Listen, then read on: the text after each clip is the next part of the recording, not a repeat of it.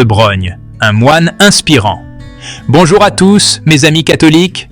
Aujourd'hui, plongeons dans la vie d'un saint remarquable qui a marqué à jamais la vie monastique et la spiritualité, Saint Gérard de Brogne. Issu d'une famille noble au Xe siècle, le parcours de Gérard est tout simplement transformateur.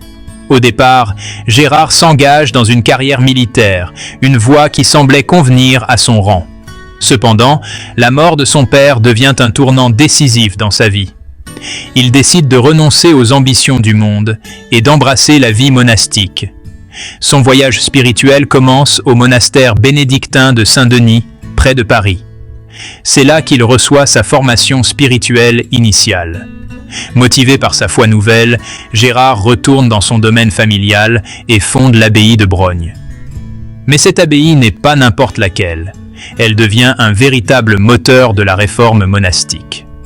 Pendant 20 ans, Gérard travaille sans relâche pour restaurer la discipline monastique en Flandre et en Lotharingie.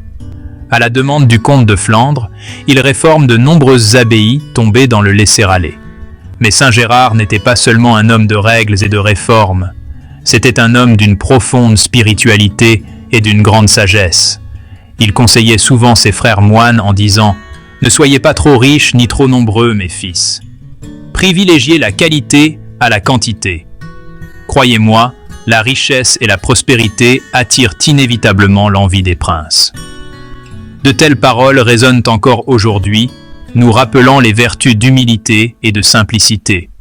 L'influence de Gérard est si profonde que le village de Brogne est rebaptisé Saint-Gérard au XVIIe siècle.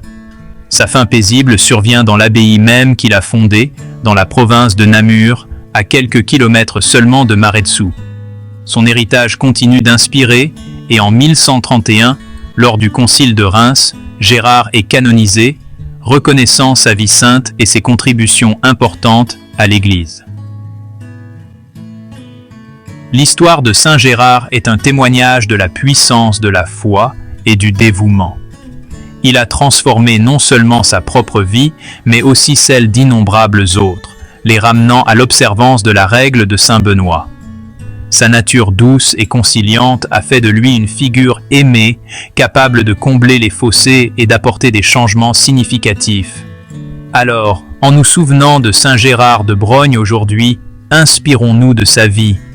Efforçons-nous d'apporter de la qualité à notre vie spirituelle, en nous concentrant non pas sur la richesse matérielle, mais sur la richesse de notre foi. Saint Gérard, priez pour nous.